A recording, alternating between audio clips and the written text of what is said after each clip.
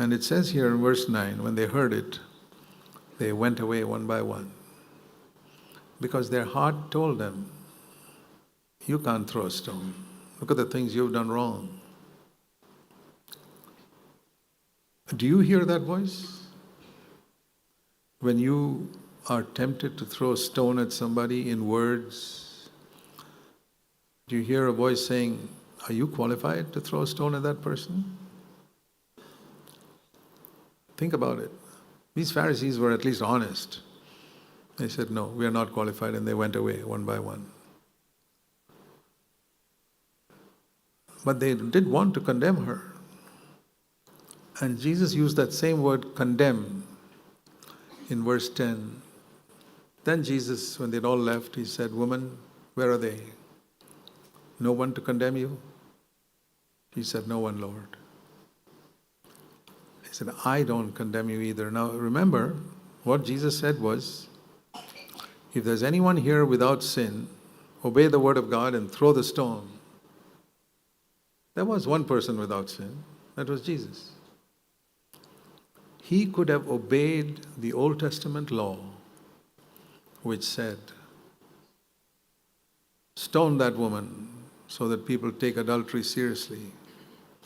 This is one of those examples where Jesus did not obey the letter of the law. See, those who are legalists are very careful about the letter of the law.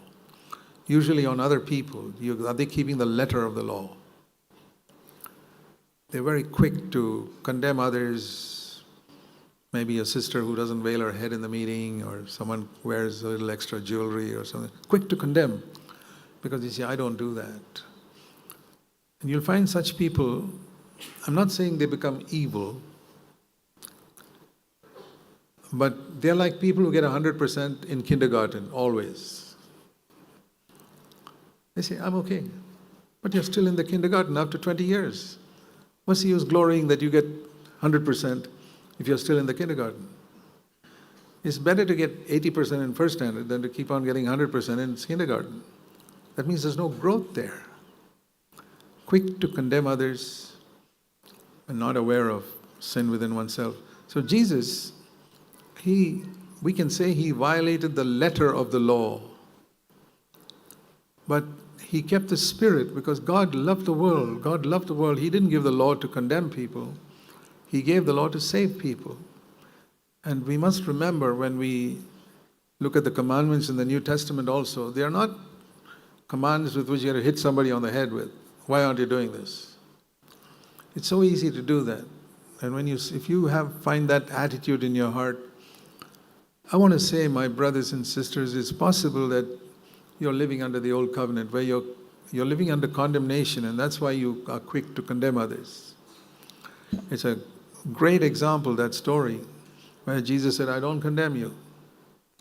It doesn't mean I tolerate your sin. He said, go on, don't sin again, but I don't condemn you. And that's a great story for us to remember always, that sometimes what we think we are right in judging, we may not be. That's why Jesus said in Matthew 7, at verse 1, and the real translation of that word is, don't condemn others. Do not judge.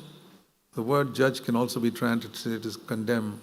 Here's a clear command. Do not condemn others. Otherwise, you'll be condemned yourself. Because with the same standard with which you condemn somebody else in one area, maybe you're okay in that area, so you can condemn that person and say, hey, you're wrong there.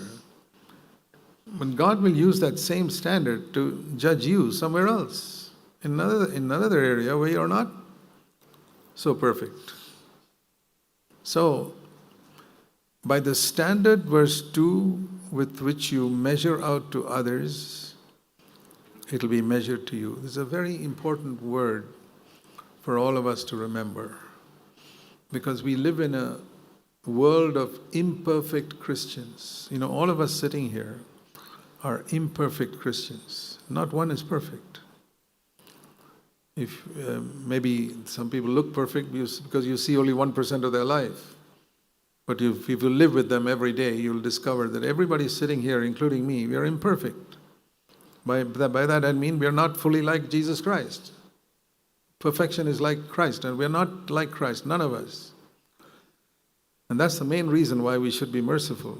Because it says here, why do you look at the speck in your brother's eye and don't notice the log, verse 3, in your own eye? So don't condemn, and don't condemn yourself.